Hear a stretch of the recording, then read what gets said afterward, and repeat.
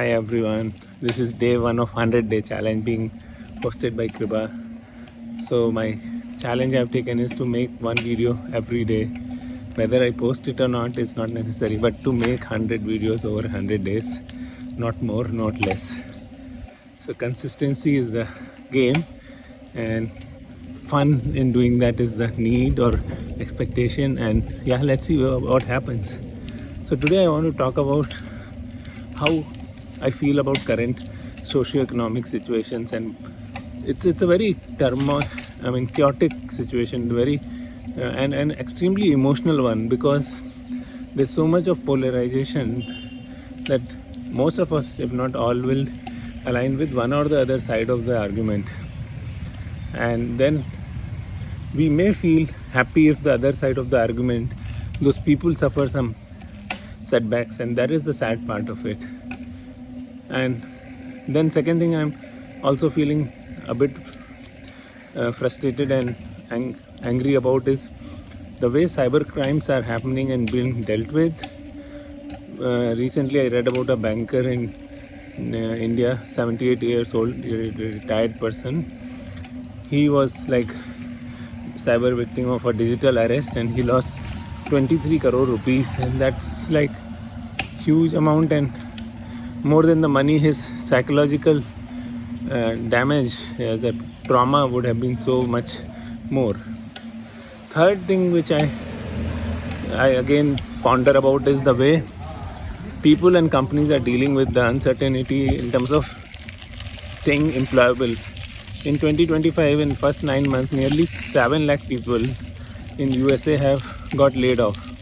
Some of them could have got placed, some of them could have been running a hustle and be still feeling okay to be able to pay bills, and these are official numbers. So point here is there's so much more happening in the industry, that so many people are getting out of the earning, and they have family needs and they have bills to pay.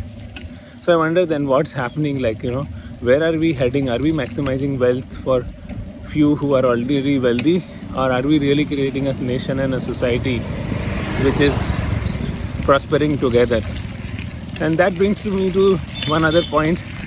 I think the relevance of nationalism and capitalism is over now, because we get divided by countries and we fight with each other. That doesn't lead to any benefit to anyone. And secondly, companies compete with each other, and then we again don't have sometimes a positive environment in an industry where competitors are even competing unethically. So I think when we look at companies, a company may operate in multiple countries. Some of those countries may be at war also, but the company will still make money. Same way, when we look at a country might be going to doldrums, but many companies might be making money in that country itself. So I think a new strong framework of running nations and creating profitable ventures will come out. I don't know what and how it will look like, but I think there's a thought around this which is called protopian way of living, not dystopian, not utopian. And I won't like to talk right now about protopian because I want to explain it properly. I'd like to leave you with one last point which I have written a bit about, and I'll share that link of article. Is if you are someone who's graduating currently, or you have graduated last year and still not found a foothold in terms of making money either as a hustle or working for some other company or a small startup, what could you do to stay on course?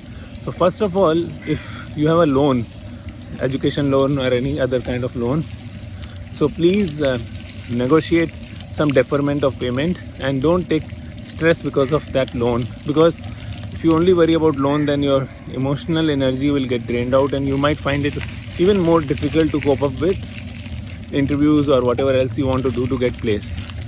So that is one thing.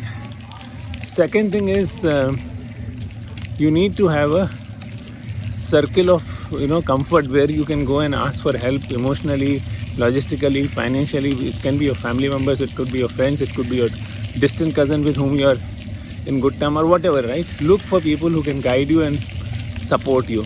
Third thing, ask for referrals from the people whom you think can give you referrals. This is something I learned recently. I was talking to a young person who got selected in Google over last 6 months.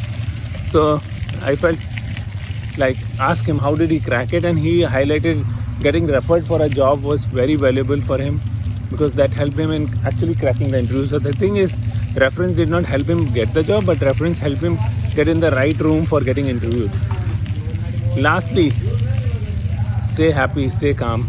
This shall pass and you will come out of it. Take care. See you.